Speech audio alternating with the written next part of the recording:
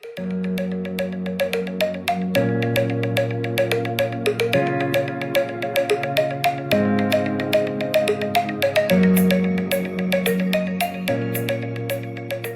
tema que hoy voy a desarrollar es COVID-19 y algunos hallazgos de laboratorio en hematología. Si bien es cierto, a lo largo de las conferencias que ya se vienen desarrollando, han podido ver y mostrar algunas de las evidencias de laboratorio que están reportadas en la actualidad en diversos análisis, en diversos estudios, que ya tenemos una data de más de un año y medio. O sea, la colecta para este tiempo ya es muy rica. Algo incierta era para junio, mayo del año pasado, pero a la fecha ya tenemos muchos estudios que han ingresado al consenso para los hallazgos que se han encontrado en el laboratorio de hematología. ¿Cómo voy a estructurar esta charla? Pues bien, esta patología, como bien nosotros conocemos, fue declarada pandemia en marzo del año 2020. Conocemos que el agente causal es el SARS-CoV-2, también conocido como el COVID-19, por la afección que produce o el tipo de SARS-CoV de tipo 2. Vamos a empezar hablando acerca de algunas generalidades para contextualizarnos a la situación de hoy en comparación de hace más de año y medio que inició toda esta pandemia. Vamos a pasar a desarrollar la fisiopatología para justificar por qué de algunos cambios a nivel hematológico, especialmente profundizaré en el tipo de morfología encontrada en la evaluación de sangre periférico aspirado de médula ósea. ¿Esto por qué? Porque en el tercer ítem que corresponde a los hallazgos de laboratorio a nivel analítico, hemos tenido una conferencia magistral del doctor Carlos el día de ayer, donde ha hecho una revisión de por qué dentro de los biomarcadores, especialmente los que tienen un impacto a nivel hematológico, el dímero es uno de los mejores en comportamiento, que puede estar ligado a la progresión de la enfermedad, ya sea para evolución desfavorable o evolución favorable, aunque ciertamente no es un marcador en el tiempo, básicamente tiene un carácter de impacto agudo.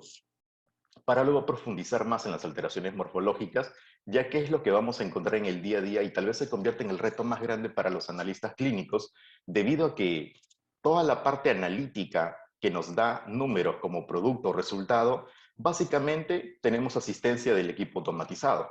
Pero a nivel de las revisiones morfológicas, solo tenemos nuestro conocimiento, nuestra experiencia y un microscopio. Entonces aquí vamos a sacarle el máximo provecho, porque sé que muchos de ustedes pueden ingresar a guardia o ya están en guardia en este momento, y a lo mejor encuentran algunas de las alteraciones morfológicas y tienen que saber cómo reportarlas.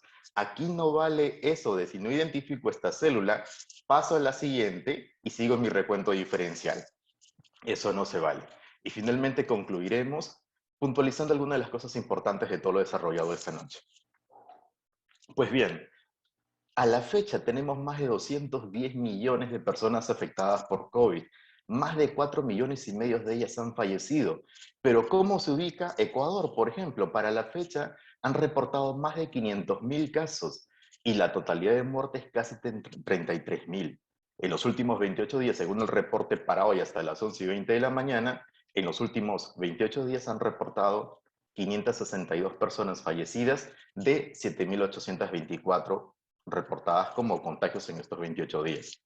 Ciertamente aquí, si evaluamos el comportamiento de las gráficas histograma apilado a la parte derecha, observamos ligeramente esa tendencia de la doble curva doble pendiente que nos indicaría la segunda ola. Pero ¿qué pasa con mi lindo país?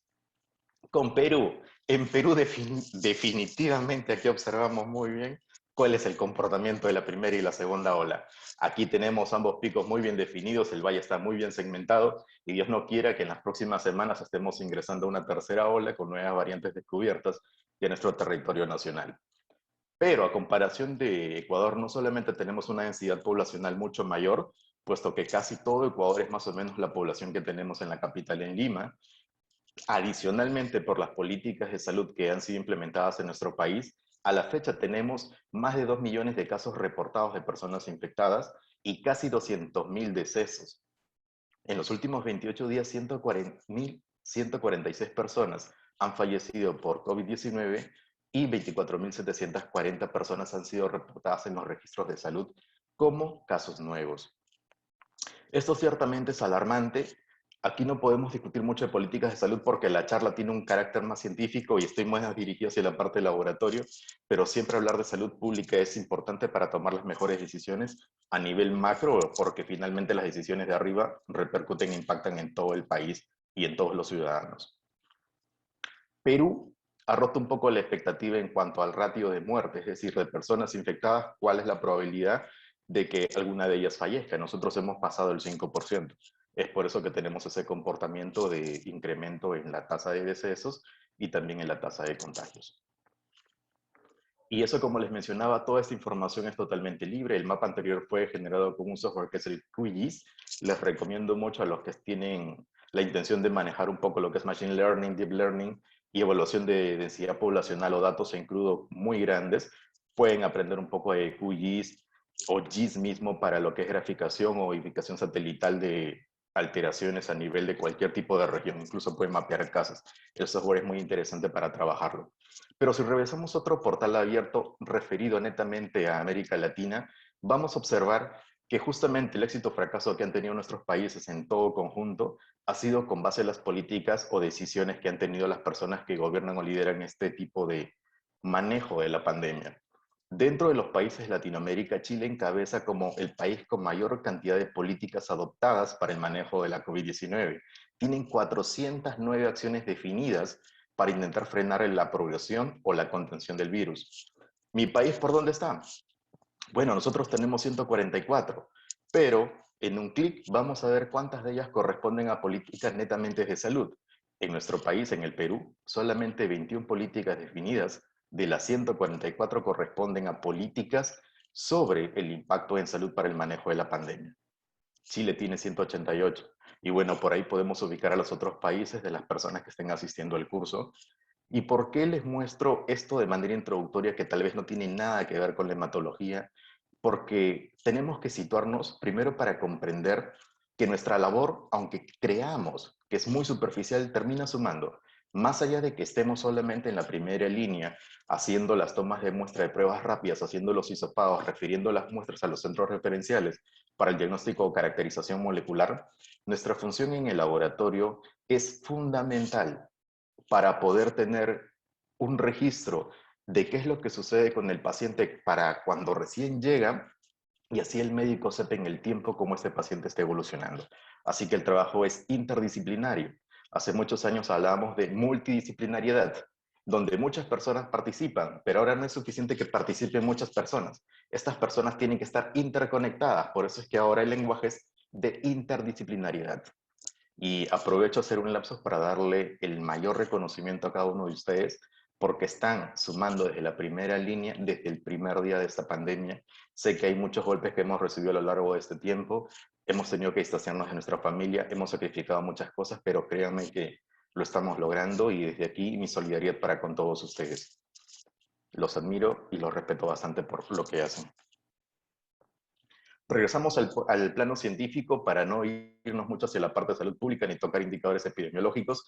Y ya que les mencionaba que en las charlas anteriores más de un conferencista ha disertado acerca de la evidencia clínica en cuanto a los resultados analíticos para alteraciones a nivel hematológico y otras pruebas bioquímicas o incluso determinaciones o hallazgos a nivel microbiológico que se han incrementado a raíz de la pandemia en comparación de los últimos 80 años, como la charla muy buena de nuestro acompañante de Chile, que estuvo fenomenal también, pues situaré toda esa información densa en 3 puntos. Un punto donde digamos que la linfopenia era uno de los parámetros que ha sido redundante en cuanto a la información que nos han brindado. La trombocitopenia es otro de los parámetros, incluso fue una pregunta de examen por ahí, perdón, una pregunta de simulación de evaluación, que fue una de las dos que nos pusieron en las pantallas hace unos días. Y también nos han hablado de que hay una cierta predilección hacia el paso de la trombosis. Pues bien, la justificación a nivel de la fisiopatología molecular, el comportamiento bioquímico que nos lleva a que se den estas 3 situaciones a nivel hematológico, no son tan complejas, pero tienen una razón de ser.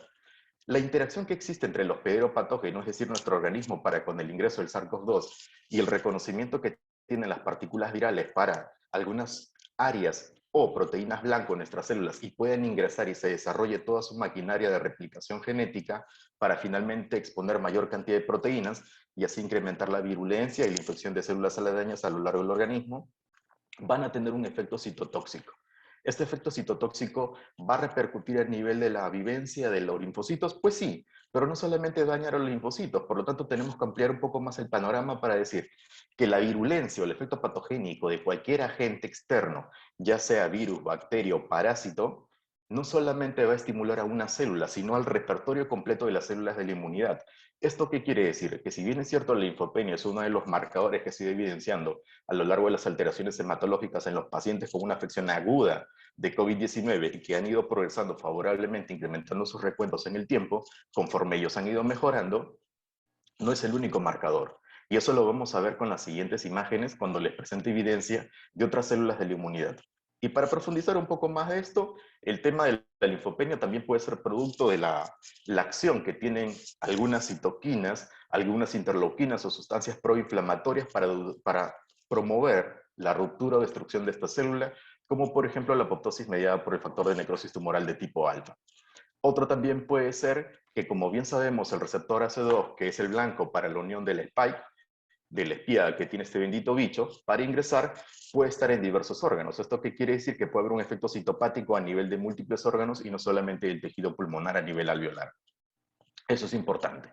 Asimismo, el tema de ingresar a un microambiente bioquímico de acidosis láctica puede promover la destrucción celular. Sí, efectivamente, eso también lo vemos en cáncer cuando tenemos síndrome de lisis tumoral, donde la LDH se va para arriba. Pero aquí quiero hacer un paréntesis porque ciertamente no voy a profundizar mucho en ello, pero es importante que tengan el dato. Si bien es cierto, los linfocitos a nivel de la inmunidad tumoral representan un gran repertorio de defensa de nuestro organismo para la infección de cualquier tipo de virus que ingresa, tenemos también la inmunidad celular o los linfocitos T que van a coadyuvar a esta respuesta. Y esto se ha demostrado efectivamente porque no necesariamente personas que tengan la presencia de linfocitos B, por lo tanto productoras de anticuerpos, van a tener un fracaso en cuanto al enfrentamiento con el virus o van a llegar al deceso. Y esto lo justificamos simplemente. Si nosotros hablamos de las inmunodeficiencias primarias, donde hay más de 350 descritas y más de 400 genes relacionados, sabemos que hay una que es la gamaglobulinemia congénita, donde hay una disminución de la producción de la tirosina quinasa de Bruton por inefectividad del gen BTK. ¿Esto qué quiere decir? Que estas células B no van a llegar a maduración completa y por lo tanto no van a producir inmunoglobulinas. Incluso los recuentos de estos elementos celulares pueden estar disminuidos. Es decir, tenemos poco repertorio de células B o no las tenemos y encima no producen ni inmunoglobulinas, no se van para plasmocitos y por lo tanto son deficientes. Sin embargo, pacientes que tienen este trastorno congénito que impacta sobre la producción de linfocitos B han tenido buena evolución. ¿Y eso por qué? Porque tenemos la ayuda de las células T, especialmente las TH1, que son las primeras que disparan apoyando la respuesta inmunitaria mediante promover la ayuda a las demás citotóxicas. Pero eso es un tema netamente inmunología y en algún otro momento lo podemos conversar. ¿Qué pasa a nivel de las plaquetas y por qué es que las plaquetas disminuyen en su recuento? Pues bien, si bien es cierto, ahí hay 3 puntos, vamos a ir a 2. Primero, un elemento celular puede desaparecer de nuestro cuerpo, puede disminuir en cuanto a su cantidad por una razón. Deja de producirse, se va perdiendo o se destruye.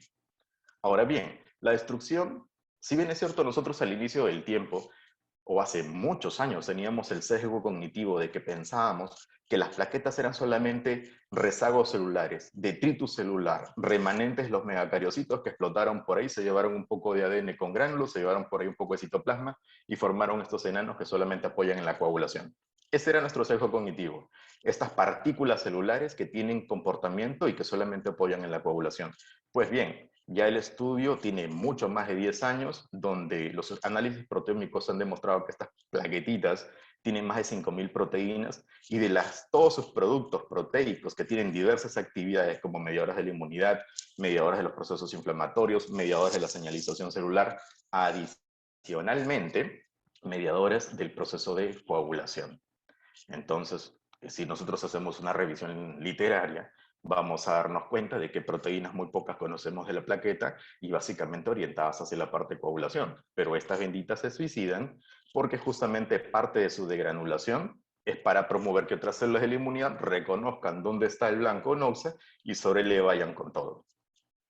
Y lo otro puede ser por el tema del consumo. ¿Esto qué quiere decir? Si tenemos trastornos a nivel de la hemostasia y las plaquetas participan en lo que es la respuesta de la coagulación frente a cualquier tipo de pérdida o evento trombótico promotor por un estado procoagulante activo o incrementado, pues bien, las plaquetas también se tienen que agregar. Recuerden que las plaquetas son parte del nicho sobre la cual se depositan los factores de coagulación.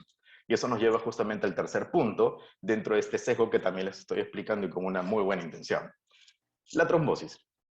La trombosis es como un estado donde la actitud y la actividad procoagulante interna, a raíz del incremento de las interleuquinas, que son factores bioquímicos que promueven los procesos inflamatorios o que pueden regular inclusive la diferenciación celular, si hablamos de la interleuquina 3, por ejemplo, que al caso no viene, como la 6, la 8, la 10 van a estar participando de la inflamación, y justamente las citoquinas proinflamatorias, el factor de necrosis tumoral, entre otros, pueden producir daño de las células del endotelio vascular.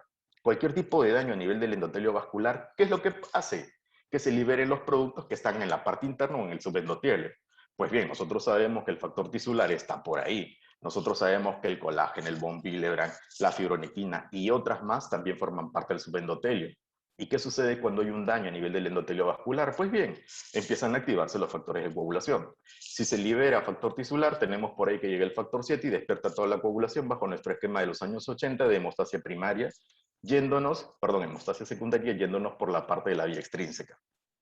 Pero el evento ahora es mucho más dinámico cuando hablamos de la teoría celular.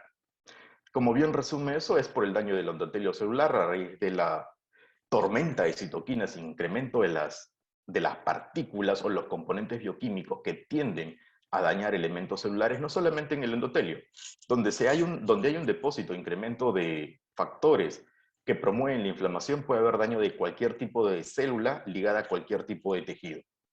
Igual, en el torrente sanguíneo se van a ir incrementando las concentraciones de esas interleuquinas y se van a ir dañando vasos y tejidos a otros niveles y por lo tanto vamos a tener múltiples focos que promuevan la formación de regeneración, que conduzca a la regeneración de ese tejido dañado o esa célula dañada.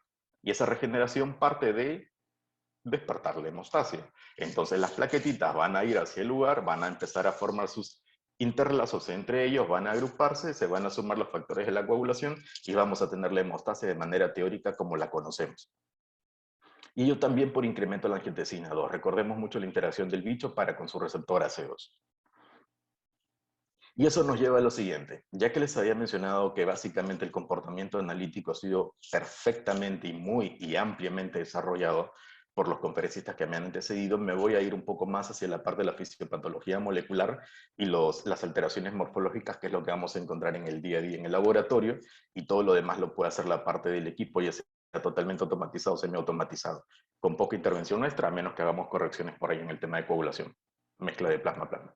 Pues bien, esta partícula del bicho, el spike, que es quien le confiere la virulencia, quien interactúa con el receptor, se ha encontrado que al ingresar al organismo, si comparamos una población de elementos celulares de personas sanas versus los elementos celulares cuando son expuestos a esta partícula viral, basta con ver la imagen. Miren, población sana, conserva la morfología. Por ahí tenemos un disco bicóncavo, tenemos un glóbulo rojo, por acá tenemos una célula leucocitaria. Miren qué es lo que pasa. Cuando se interactúa con Spike, empiezan a haber agregación plaquetaria, empiezan a formarse mallas de fiorina. El solo hecho de que esté presente esta partícula viral hace que cambie toda la homeostasis interna y por lo tanto se genere un cuadro trombótico.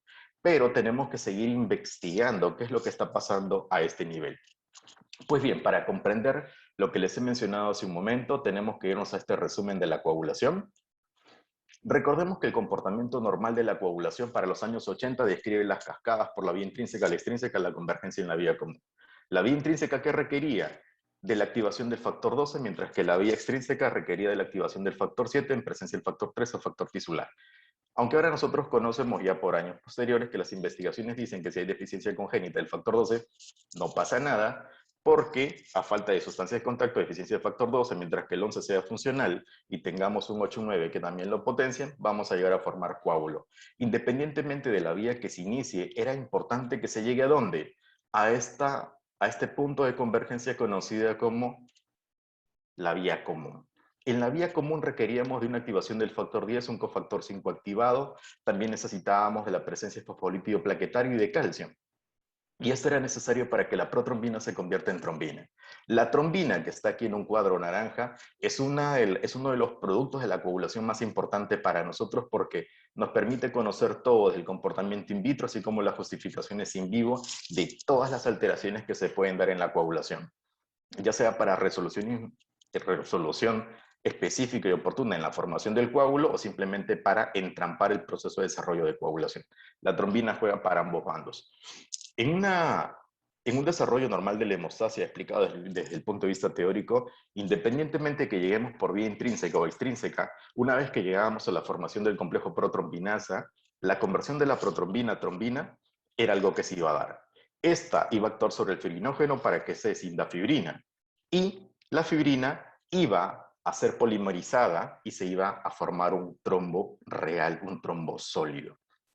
Eso en condiciones fisiológicas de normalidad frente a cualquier tipo de injuria o daño a nivel del endotelio y se siguen los pasos de regeneración. Pero, ¿qué sucede con este bicho? El incremento o el ingreso del patógeno al organismo lleva al descontrol de nuestro sistema inmune y una superproducción de interleuquinas o mediadoras inflamatorias. ¿Con qué intención? Es totalmente inespecífico, es una reacción desmedida, descontrolada y es muy aguda. Eso es lo que empieza dañando el organismo. La liberación de todos estos componentes inflamatorios van a producir daño del endotelio vascular. Entonces ya no estamos hablando aquí que solamente hay un desarrollo de una vía intrínseca o una vía extrínseca por cualquier otro tipo de patología. Estamos hablando de una que va a estar reincidiendo en el daño a nivel de las células del endotelio vascular y va a promover la liberación del factor tisular.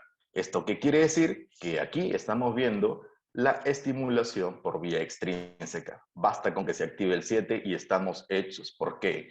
Porque si bien es cierto, esta imagen tiene un sesgo teórico donde todo apunta en una sola línea, desde la activación de los primeros factores hasta la formación del coágulo y la estabilización del coágulo por actividad del factor 13 activado, tiene un sesgo, y el sesgo es la interconexión. En un sistema dinámico en vivo, no es que si nos pasa una lesión interna o por un daño externo vamos a tener alguna vía de coagulación. Así no funciona el asunto. In vivo, ¿cómo funciona? In vivo basta con que haya una activación del factor 7 y va a haber una coactivación del factor 8. Basta con que se active el factor 8, se estimula el 9, estimulan al 10 y se forma el complejo protrombinasa. Aquí, sin hablar nada de hemofilia, nada de las variantes moleculares que existen para von Willebrand, ni las subvariantes que existen para hemofilia.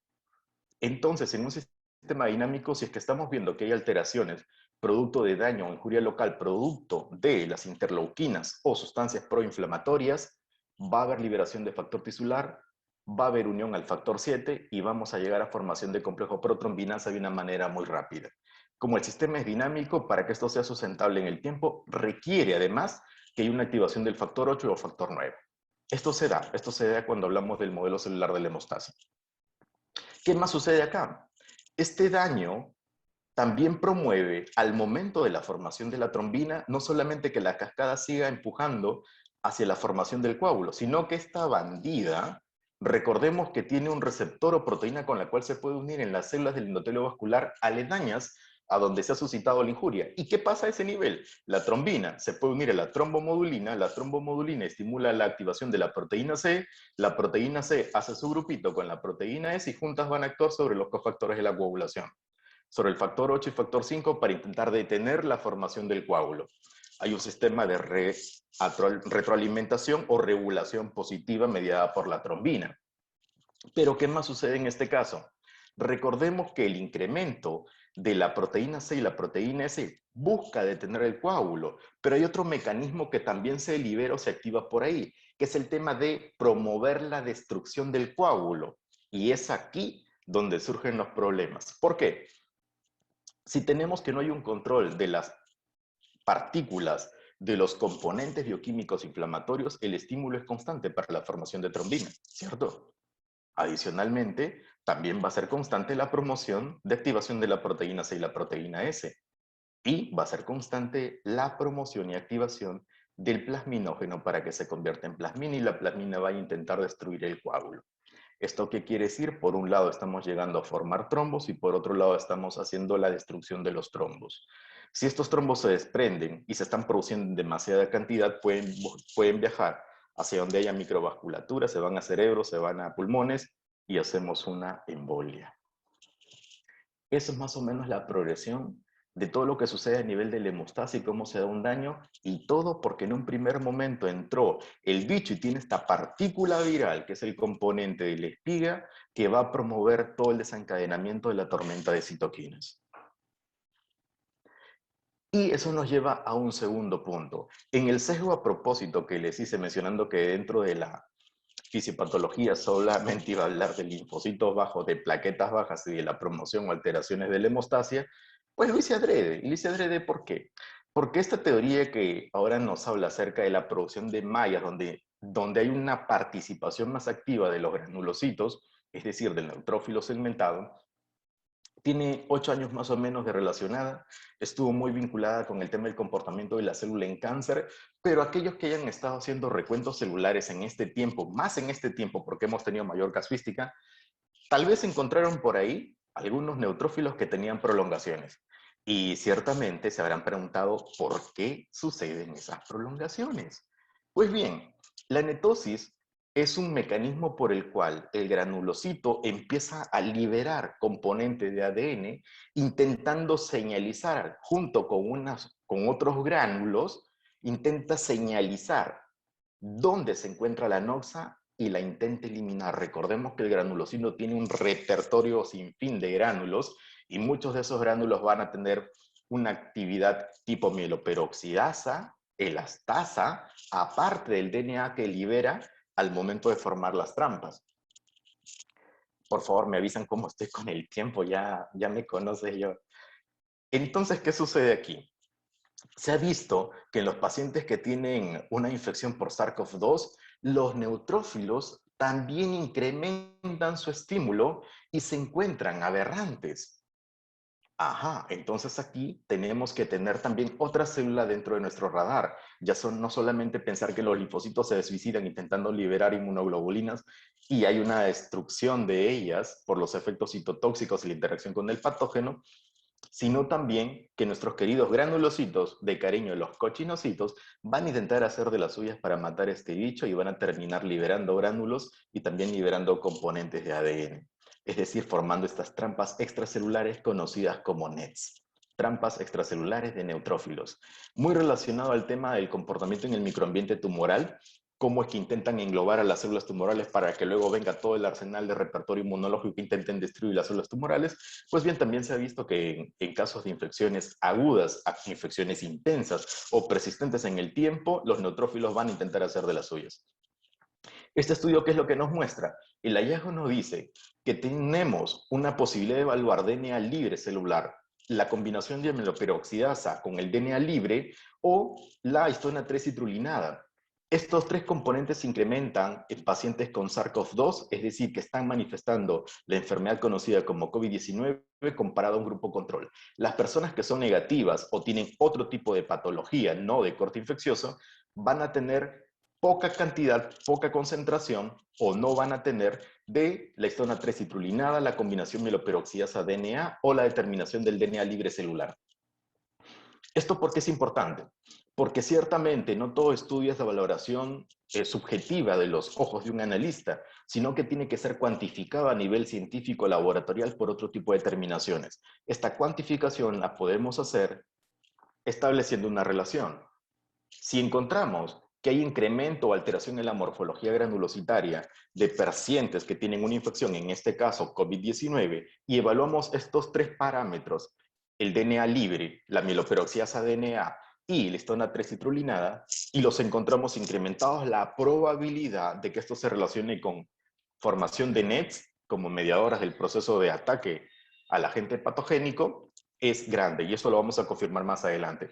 Por ahí también se prueba la relación que puede existir entre mieloperoxidasa DNA versus el DNA libre y encontramos que el P es significativo, pero cuando se hace la comparación de la histona 3 citrulinada con el DNA libre, encontramos que el P no es tan alto, o sea, no es tan satisfactorio para nuestro estudio, pero recordemos, una cosa es que evaluemos los tres y entre los tres parámetros para determinar netosis, recalco, DNA libre de las células, la combinación mieloperoxidasa DNA y la histona 3 citrulinada, estos tres parámetros evaluados de manera individual sí nos reflejan que hay una alta probabilidad de netosis en pacientes con SARS-CoV-2, por lo tanto que tienen la COVID-19. Ahora, ya que no les he hablado de los biomarcadores, porque esto se ha hablado mucho en las charlas anteriores, vamos a establecer la relación de los NETs para que esto tenga mucho más dinamismo. A ver, si evaluamos la presencia de los NETs o estos parámetros que nos están sirviendo para determinar si hay NETs, es decir, DNA libre, histona 3-citrulinada y mieloperoxidasa DNA, lo comparamos con los biomarcadores que ayer desarrolló el doctor Carlos y que anteriormente también ha sido manifestado por algunos ponentes. Vamos a ver, proteína C reactiva y DNA libre celular. Ajá, hay una buena correlación. ¿Qué más tenemos? El PCR contra significativo, señores, ahí hay un gol. Dímero D, que es un biomarcador, recuerden, inicialmente de promoción a la trombosis por el estadio procoagulante y finalmente incremento de estímulo de plasminógeno, plasmina, destrucción igual dímero D elevado. Evaluamos la relación de DNA libre versus dímero D. Ajá, P significativo. Qué interesante. DNA libre versus LDH. Oh, P significativo. DNA libre versus contagio de neutrófilos. Caray, también el P significativo. Contagio de neutrófilos con la relación del DNA mieloperoxidasa. También. Y si evaluamos la histona 3-citrulinada con el recuento de plaquetas, también el P significativo. Qué interesante. ¿Esto qué quiere decir? Si tenemos 3 marcadores para la presencia o formación de NETs, que repito por quinta o sexta vez creo, DNA libre celular, histona 3-citrulinada y relación mieloperoxidasa DNA, están también relacionándose de manera favorable con los biomarcadores bioquímicos o hematológicos como la proteína C reactiva, como el dímero D, o el incremento de la láctico deshidrogenasa o los conteos de los mismos neutrófilos y las plaquetas. Si se relacionan de manera positiva, entonces vamos a hacer una inferencia. Vamos a deducir. ¿Qué es lo que podemos deducir? Que si estos marcadores se relacionan con los biomarcadores, si estos marcadores de la formación de NETs se relacionan de manera favorable con biomarcadores de una afección por SARS-CoV-2, entonces hacemos el match. Estos marcadores también sirven para establecer la correlación con los biomarcadores de COVID-19. Los NETs se quedaron al medio. Ahora bien, recordemos que dependiendo del grado de evolución del paciente, hay una tendencia a la complicación y necesidad de llegar a ventilación mecánica, de llegar a la UCI, en los pacientes que realmente se complican y son los que básicamente representan ese porcentaje pequeño de aquellos que pueden llegar a fallecer y mucho más ahora con las vacunas, observamos que estos marcadores que evalúan la netosis o que sirven para predecir la presencia de netosis, ajá, miren, ¿está paciente en el cuarto o está recibiendo ventilación? Hay favorable para la evaluación del DNA libre con paciente que llega a ventilación mecánica. El DNA mieloperoxidasa versus paciente que está en su cuarto solamente o aquel que está asistido por ventilación mecánica, también hay una buena correlación. Si evaluamos la histona 3-citrulinada versus paciente que está sin ventilación mecánica y aquel que está con ventilación mecánica, también encontramos que hay un P favorable para establecer la asociación, lo cual no necesariamente correlaciona si solamente tomamos el parámetro que es recuento de neutrófilos versus paciente que está sin ventilación y paciente con ventilación. Acá no tenemos un P tan bueno, pero la asociación de los otros 3 parámetros nos dicen que estos pocos neutrófilos sí tienen una gran probabilidad de estar haciendo netosis en pacientes que tienen COVID-19 y llegan a ventilación mecánica. Esto es para que encontremos un redondeo de cómo un hallazgo cualitativo puede ser cuantificado y se puede establecer una correlación con una evolución clínica. La ciencia se trabaja así, se trabaja de manera progresiva e incrementando el panorama para poder valorar mayor cantidad de aspectos. Y después voy a comentar otra charla de las que me encantó. Y mucho de lo que voy a decir acá podría darle complementariedad al estudio que están desarrollando allá en Argentina. Entonces podemos concluir que la presencia del bicho, del SARS-CoV-2, agente de COVID-19, estimula la presencia de NETs. Vamos a ver. Hay presencia de netosis, estas trampas extracelulares que tienen componentes de DNA, pacientes con COVID-19 versus pacientes que no tienen COVID-19 negativos por hisopado y prueba molecular. Pacientes que tienen netosis asociada a incremento de mieloperoxidasa, pacientes con COVID-19, altamente asociados versus pacientes que dieron negativo por la confirmación molecular. Interesante. Ahora, ¿no es suficiente con esto? Vamos a hacerles una tinción y vamos a verlos por fluorescencia. Pues bien, utilizamos este colorante que es el verde Citox y comparamos pacientes, células sanguíneas granulocíticas de pacientes negativos para SARS-CoV-2 versus aquellos que han dado positivo para SARS-CoV-2 por biología molecular. Todas las manchas verdes representan donde ha unido este colorante y justamente es la huella de que ha habido formación de las trampas extracelulares. Entonces podemos concluir con este estudio y obviamente frente a la rigidez científica es necesario que lo confirmemos con otros casos, que lo comparemos con otro tipo de patologías y establecer si la asociación más grande es con esta patología que incrementa de manera descontrolada la respuesta inflamatoria versus cualquier otro proceso de sepsis. Pero hasta aquí se estableció la asociación. Entonces, para darle forma de conocimiento y juntar un poco lo que es la teoría para lo que viene a ser con nuestro conocimiento práctico y darle razón a las células que vemos al microscopio, diremos que justamente la interacción del agente viral con esta proteína, que es una de las partículas más virulentas que tiene y la responsable de su patogenicidad, para la interacción con su receptor a nivel celular, ya sea el alveolo o de cualquier otro elemento celular que tenga el AC2 incrementado, va a permitir el ingreso y una vez que haya replicación del bicho, automáticamente las células de la inmunidad se van a estimular. Bueno, aquí no vamos a hablar de las condiciones del incremento de las especies radicales libres y todo ello, porque ya hay que seguirnos un poco más a la bioquímica y vamos a terminar haciendo inmunología y bioquímica, esto va a estar padre, pero no es el tema de la charla. En fin, la interacción esta es gracias a que las células granulocíticas tienen entre el gran grupo y repertorio de proteínas esta pequeña listita de algunas que participan: la elastasa, la catepsina, la amiloperoxidasa, la proteína A3, el factor bactericida que se encarga de intentar matar a los bichitos, la lactoferrina y todas las que están ahí. Son algunas de las cuales van a contribuir a que en el proceso de netosis intente liberar todo este componente repertorio bioquímico para promover la posibilidad de matar al SARS-CoV-2.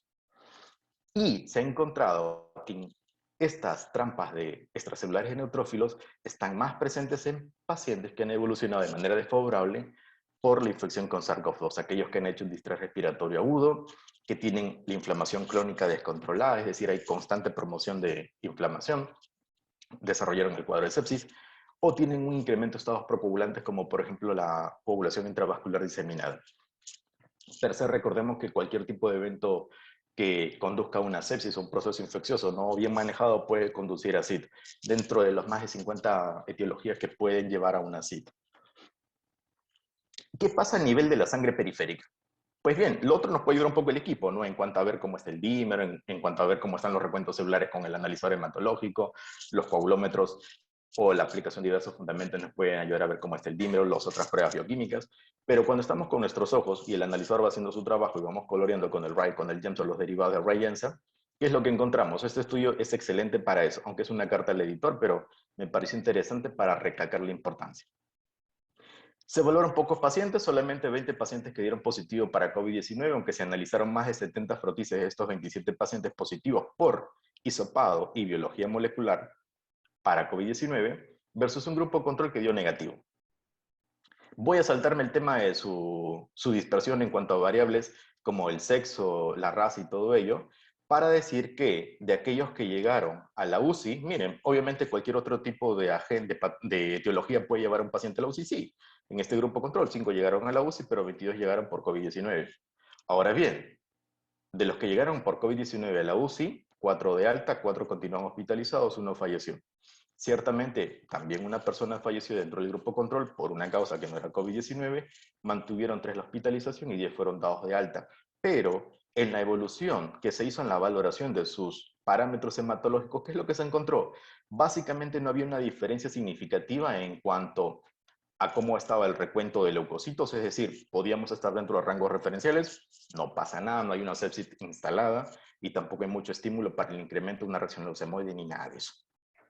El hematocrito, bueno, está un poco disminuido, sí, pero si comparamos el comportamiento a la media de ambos, estamos por ahí, o sea que tampoco nos ayuda mucho. Las constantes corpusculares por defecto tampoco nos ayudan mucho. Pero si aquí nos vamos a esto que me encanta, que es el tema de ver la valoración de la morfología de rojos, aquí fue muy chévere porque se dieron cuenta que, teníamos dimorfismo en glóbulos rojos. Pues sí, los pacientes que llegaron a la UCI por COVID-19, 13 de ellos, 13 de los 27, hicieron alteraciones a nivel de la morfología de los glóbulos rojos, comparado a 6 pacientes del otro grupo que no tuvo COVID-19. Fragmentos de los glóbulos rojos, una pequeña proporción, casi nada en diferencia frente al grupo control. Neutrófilos destruidos. Cuando vemos esta palabrita de célula fantasma destruida, detritus, recordemos que la acidosis puede producir destrucción de los elementos celulares. Pues sí, por eso también puede matar a los linfocitos, pero también puede dañar a los neutrófilos o puede dañar a cualquier otra célula, incluidos los monos. Linfocitos atípicos, diferenciándolos de los reactivos, de los virocitos, la nomenclatura que ustedes utilicen y que con un evento que estoy organizando para el próximo mes lo vamos a discutir con el referente chileno. Linfocitos atípicos, 26 de los 27 pacientes mostraron linfocitos con cambios atípicos y solo 9 de ellos del grupo control, 9 de los 14, mostró también la presencia de algún linfocito atípico. Presencia de células plasmáticas, 17 de los 27 mostraron en el caso de la COVID y 0 para el grupo control. Esto es interesante porque la diferenciación normal por estímulo de la célula B nos va a llevar a formación de plasmocitos para que la producción de inmunoglobulina sea más de 100 veces mayor a la de un linfo normal. Esto es un proceso normal de respuesta frente a la necesidad de liberación de inmunoglobulinas por estímulo de la noxa, cualquiera de agente viral. Desviación izquierda. Sí, también observamos una desviación izquierda. Interesante. Interesante, estamos hablando de una infección aguda. Recuerden que si los linfos se van suicidando, los granulocitos hacen compensación. Glóbulos rojos nucleados. También, casi la mitad de los pacientes, en el caso de aquellos que desarrollaron COVID-19, mostraron la presencia de glóbulos rojos nucleados. Qué interesante. Plaquetas grandes o gigantes, caray. El 27, la totalidad del 100% de los pacientes mostraron alteraciones a nivel de la morfología plaquetaria con incremento de su volumen total. Entonces eso nos lleva a justificar por qué vamos a hacer esto. A ver, anomalías morfológicas en las células sanguíneas circulantes en pacientes con COVID-19. Tenemos ese repertorio bonito de elementos celulares. En A tenemos un grupo de monocitos que están muy bonitos con sus vacuolas. En B tenemos otro mono medio amorfo con su vacuola, igual que en C. En D, ¿a quién tenemos? A un hematíe nucleado, lo descrito en el estudio anterior. Este es otro estudio. Y tenemos por ahí un neutrófilo que tiene algunas vacuolizaciones y pareciera que ha perdido parte del componente granular. En E tenemos un precursor, un mielocito, y tenemos, ¿eso es un neutrófilo o es una célula en banda? Recuerden una cosa, a mí me gusta jugar con esto. Las células tienen volumen, son como unas esferas, como esas esferas que a veces nos regalan por Navidad para agitar y que se mueva la nieve y está Papá Noel o la casita, igualito. Si una célula es una esfera y el componente nuclear tiene esta estructura, recordemos que tiene volumen, es tridimensional, depende mucho el enfoque por el efecto mecánico del extendido, ¿cómo lo vamos a observar? Esa es una célula en banda y al costado está un mielocito. Lo podemos discutir cuando gusten, y eso se hace con base en la diferenciación de los patrones de la condensación de la cromatina. Esa no está tan condensada como el neutrófilo, por lo tanto es banda. En F tenemos un hematíe nucleado que adicionalmente tiene punteado basófilo. Todos estos marcadores, perdónenme por el agüita. Qué buenísimo el agua. Todos estos marcadores pueden relacionarse a una diseritropoiesis o incremento de la promoción a nivel medular para la liberación de glóbulos rojos. Sí, efectivamente, sí. Otros procesos también pueden estimularlo. En G, en H, en J, tenemos, en G, H, I, J, tenemos 4 elementos. Pero estos 4 elementos se parecen, solo que algunos son más grandes que otros. Miren, en G, en I hay linfocitos. Este linfocito en I se ve un poco alargado, pero no importa, no pasa nada. La cromatina es la de un linfo normal y el citoplasma tiene la basofilia que debe tener. Pero si evaluamos H y J, ahí sí hay un tema. H tiene un poco de vacuolización, pero es un núcleo lo que está acá, entonces es una célula linfoide. Pero en J ha incrementado su volumen, tiene mayor basofilia citoplasmática y la cromatina está no condensada a maduración, es decir, no es una cromatina madura, es una cromatina con condensación intermedia madura y e intensa basofilia citoplasmática. Esto es compatible con un linfocito reactivo variante típico, definiéndolo con la nomenclatura que manejen en su laboratorio y la justifiquen. Pero es un linfocito normal, es una célula con reactividad. Bueno, y la explicación molecular bioquímica es pues no que cualquier tipo de agente que ingrese y promueve el incremento del metabolismo obviamente conduce a la promoción o liberación de proteínas o síntesis de proteínas, por lo tanto puede aparecer el nucleolo y también se incrementa la basofilia porque todo lo que se expresa a nivel del núcleo tiene que llegar a ensamblarse a nivel del citoplasma asociado a los ribosomas y por tanto se incrementa la basofilia. Cambia el pH a nivel bioquímico con la coloración. Esa es una respuesta química normal, bueno, una interacción química normal. En K tenemos, una célula en banda, un monocito, miren, se parecen un poquito, pero la cromatina es totalmente distinta. No se guíen por el citoplasma porque puede haber displasia a nivel de la coloración, puede haber policromasia, o el colorante también puede haber estado mal baferado y la coloración del citoplasma no los va a ayudar y se van a ver núcleos quemados. Pero señala la flecha una célula de aspecto plasmocitoide. No afirmaré que sea un plasmocito hasta que se demuestre lo contrario. Solamente diré que es una célula estimulada con una posibilidad de ser una célula plasmática, es decir, tiene un aspecto plasmocito. Está estimulada, pues está el bicho ahí. En L y en M, en L observamos una plaqueta grande, se observan sus gránulos, pero en M está la misma plaqueta, bueno, no la misma, hay otra plaqueta también grande, pero degranulada. Recordemos que parte de los hallazgos declarados en el estudio anterior que les mostré nos decía que las plaquetas podían estar grandes. Pues bien, pueden estar grandes y encima pueden estar degranuladas. Es decir, hay una displasia, no necesariamente. Esta degranulación es producto de qué? Del intento de señalización para que las células de defensa vayan a atacar a la noxa. Y en N, no te vayas, y en N tenemos la agrupación de plaquetas. ¿Puede haber la agrupación de plaquetas? Efectivamente. Recordemos, si es que las plaquetas son estimuladas por la injuria, van a intentar agregarse, van a intentar ir a pegarse. El proceso es ese, ¿no? Adherencia, se agrupan, cambian conformacionalmente, forman sus mallitas y son el asiento para los factores de coagulación. Seguimos viendo alteraciones. Caray, miren eso. En las alteraciones, tenemos hiposegmentación o hipolobulación, no necesariamente con afectación de la granulación. En B también es tipo segmentado.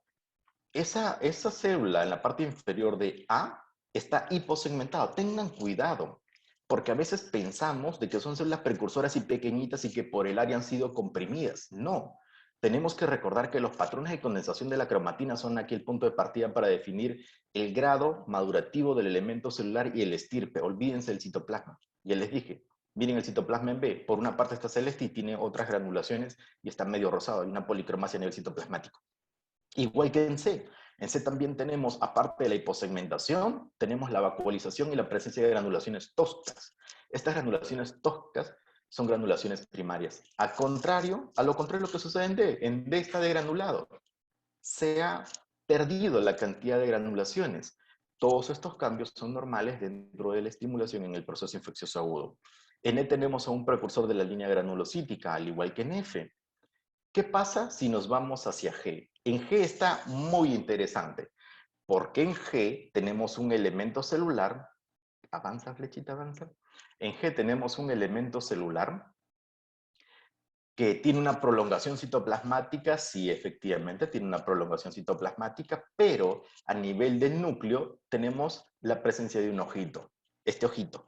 Ese ojito es un nucleolo. Bueno, tiene 3, 4 y tiene 2 por ahí que son sugerentes, pero no están completos. Se debería definir bien por la coloración, pero aquí están incompletos. 3 marcados, 2 inconspicuos.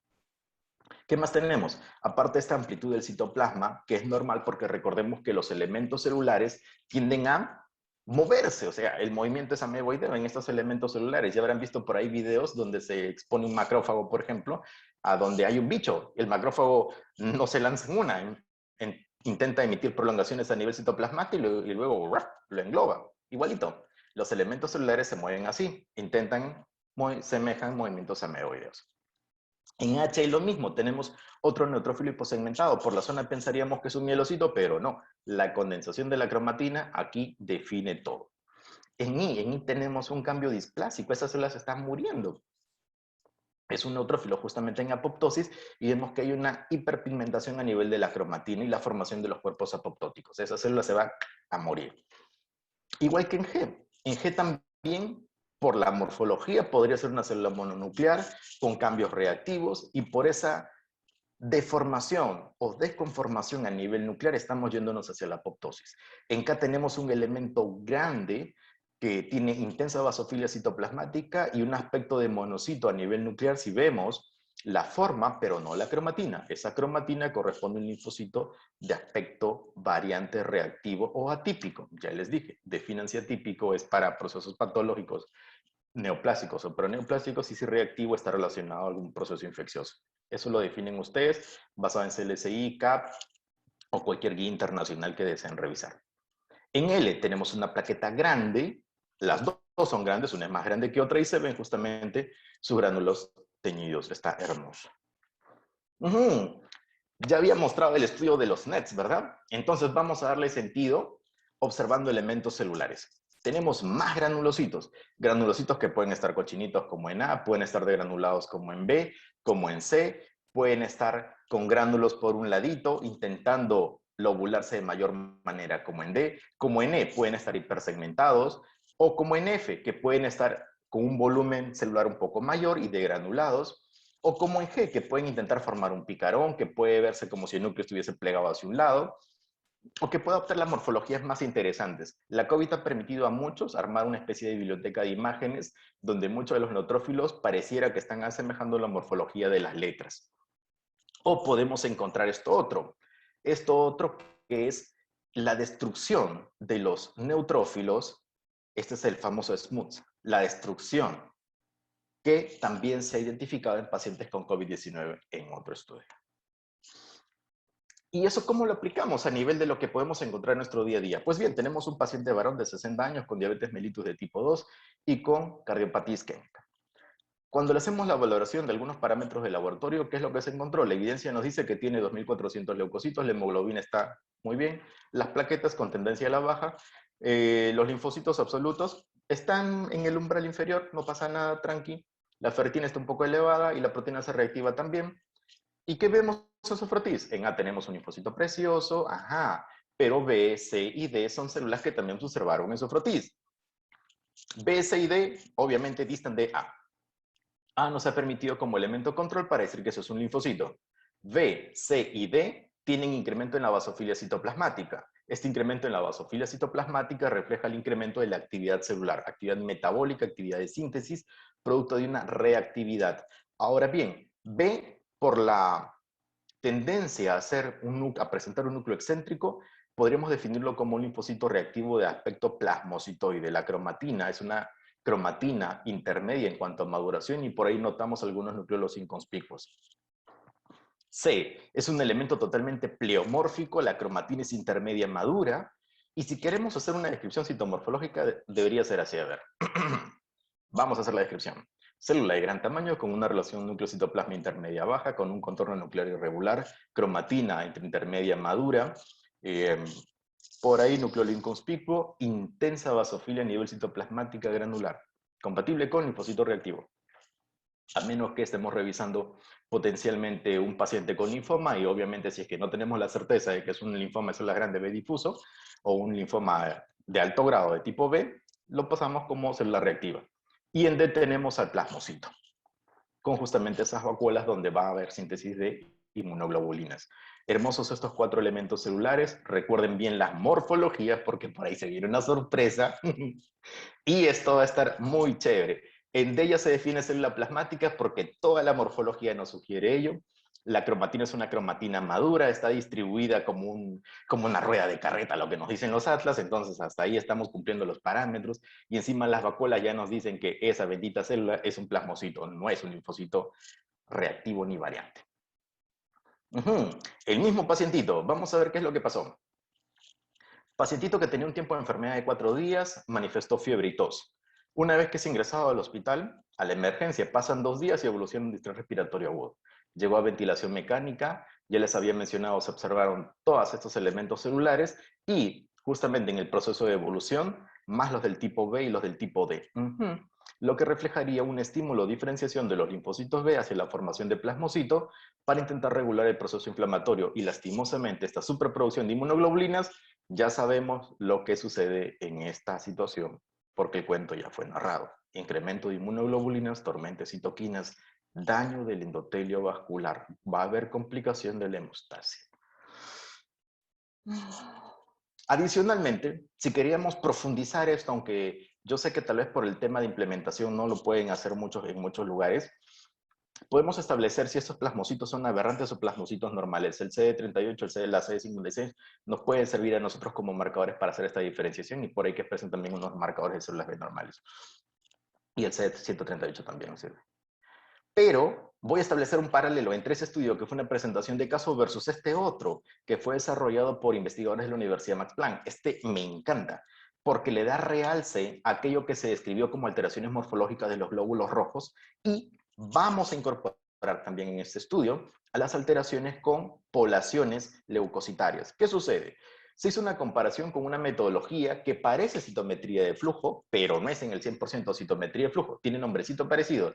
Se llama citometría de deformabilidad en tiempo real. Así como lo escuchan, citometría de deformabilidad en tiempo real. Hermosa esta técnica. Es genial porque permite colectar más de 1000 eventos por segundo y utiliza un principio similar al de la citometría y de algunos analizadores hematológicos. Aquí en bajito les digo que los analizadores no son citómetros de flujo, que no les vendan esa mentira, a menos que utilicen anticuerpos monoclonales marcados. Ningún analizador hematológico hace citometrías en dispersión de luz láser, pero que quede entre nosotros y por favor esta parte la borran del video. A ver, sigamos.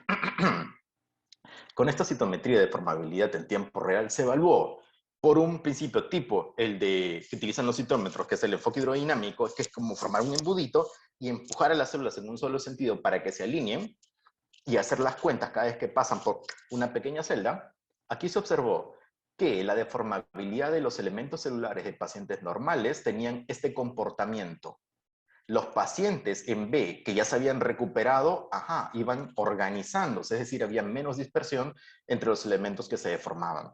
Pero si eso lo comparamos con las células de la misma estirpe de pacientes con COVID-19 en estado agudo, es decir, recién llegados y totalmente activos y con toda la tormenta de citoquinas y todos los parámetros de laboratorio alterados, ellos tenían un incremento en la deformabilidad. ¿Esto qué quiere decir? ¿Qué es lo que rescato de este estudio? Recordemos que si bien es cierto, se está manejando una pandemia, estamos mucho aprendiendo sobre el caballazo, sobre cómo va avanzando el carro, estamos intentando adquirir información.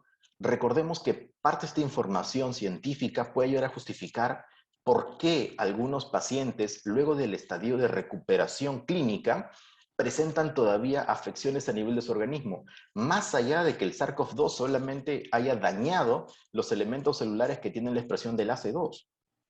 Miren, en los elementos sanguíneos, por ejemplo, el glóbulo rojo recordemos que tiene que deformarse para pasar por los pequeños capilares y para que haga un transporte óptimo de nutrientes y de oxígeno. Pero ¿qué sucede si es que el paciente que tiene COVID-19 tiene un daño a nivel de la deformabilidad de los glóbulos rojos?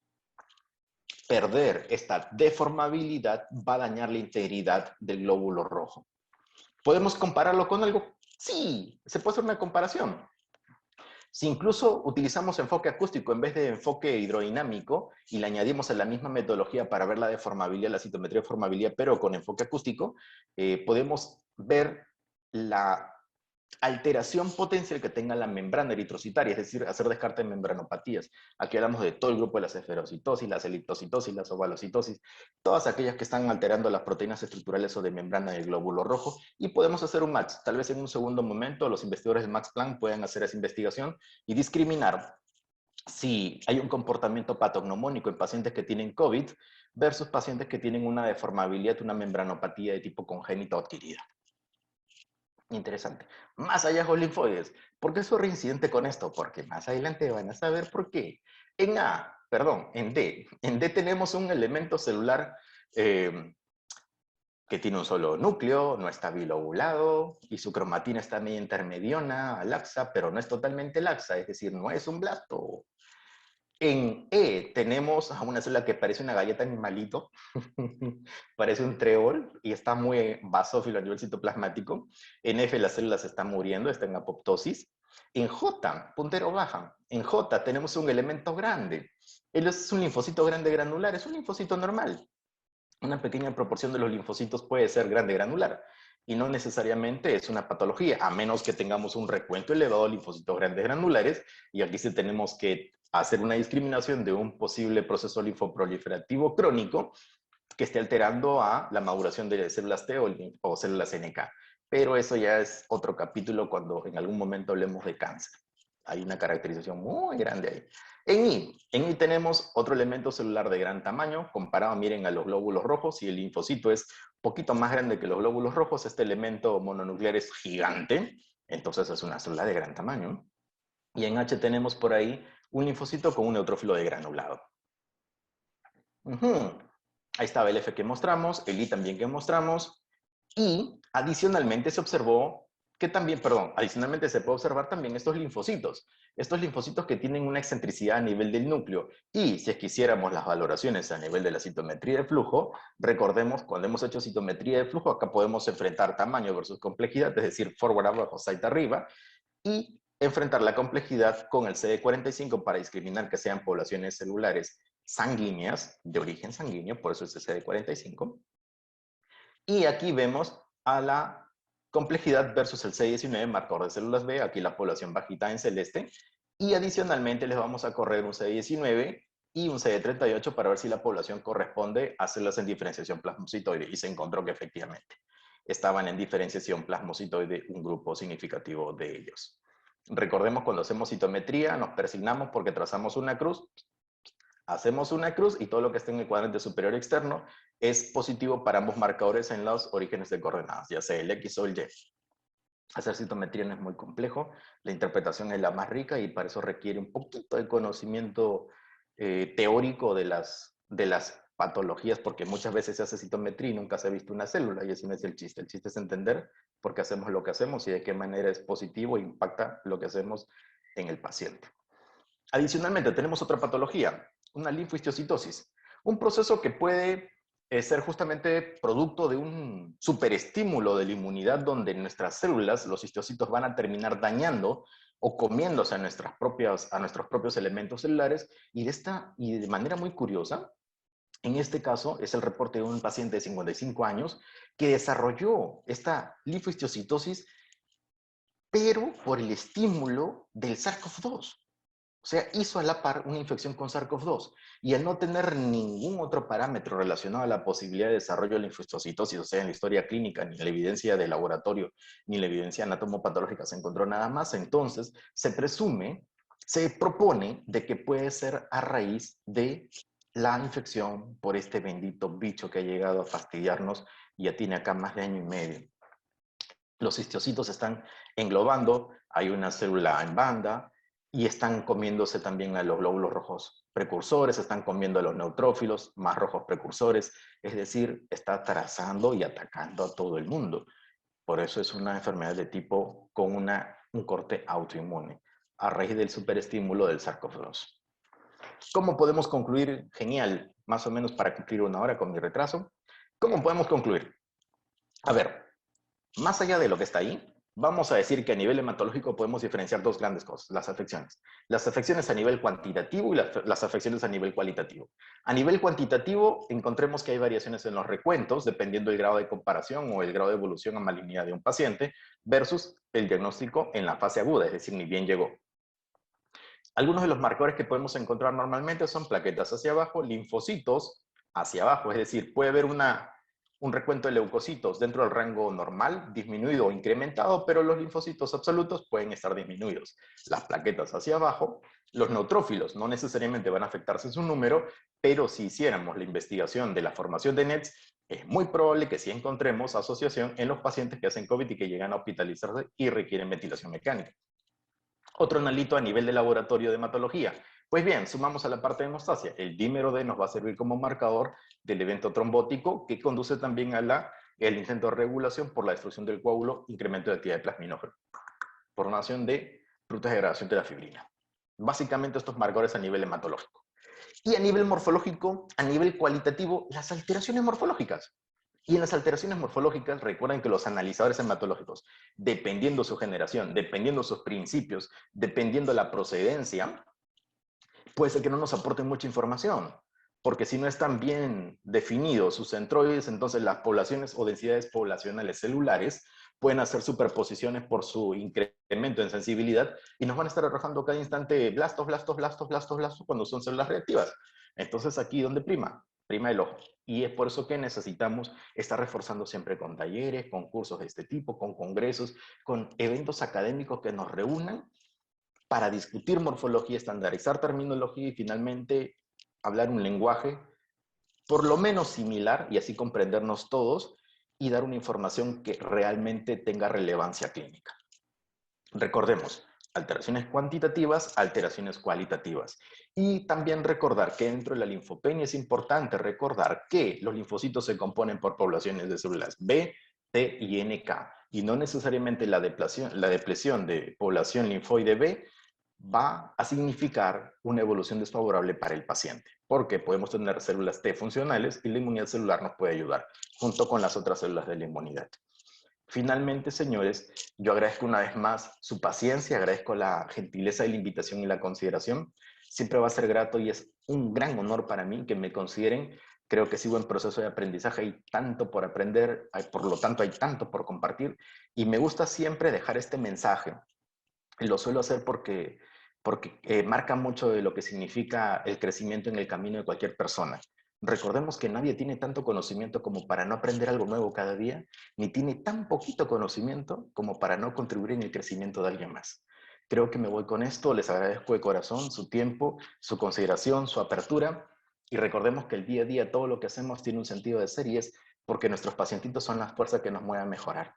Un abrazo, muchas bendiciones, que tengan una maravillosa y bonita noche.